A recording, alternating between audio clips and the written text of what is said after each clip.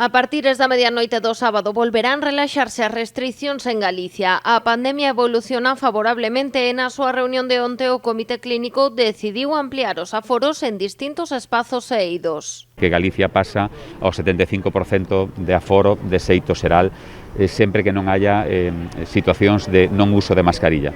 Si a mascarilla hai que quitala para comer ou para beber, digamos que prima os criterios xerais que temos establecidos na hostelería neste caso. Este 75% aplicarase de xeito xeralizado nos recintos nos que se celebren eventos culturais e sociais, só baixa o 50% no caso dos concellos que estean no nivel máximo.